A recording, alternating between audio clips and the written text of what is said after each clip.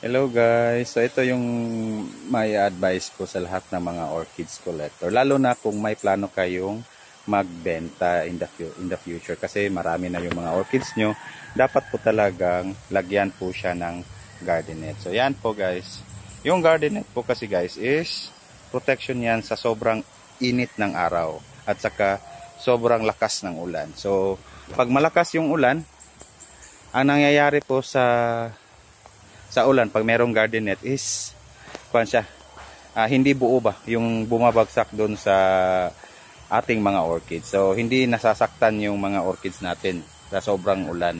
So hindi siya, kung may possibility kasi na pag sobrang ulan nadadamage yung yung katawan nila. So protection yan, at saka protection din yan sa sobrang init ng araw, lalo na ngayon na papalapit yung El Nino.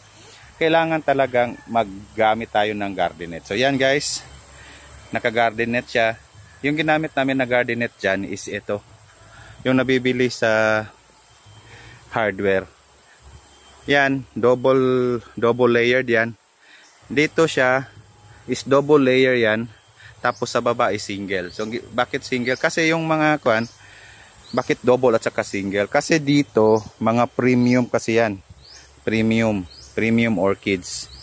Yung sa kababa is top cut. So yan lang guys. Hopefully meron kayong natutunan kung ano yung gagawin, lalo na kung ang plano nyo ay magbenta ng orchids. Kasi sa orchids kasi mas maganda yung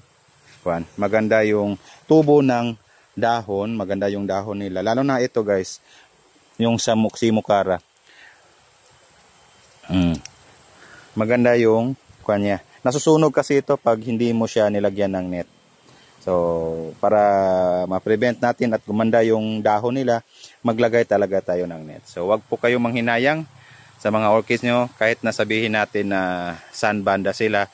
Kung ang yung purpose ng pagtatanim ng orchids ay kalaunan gusto mong inegosyo yun sila. So, sa gusto namang matuto ng kung ano yung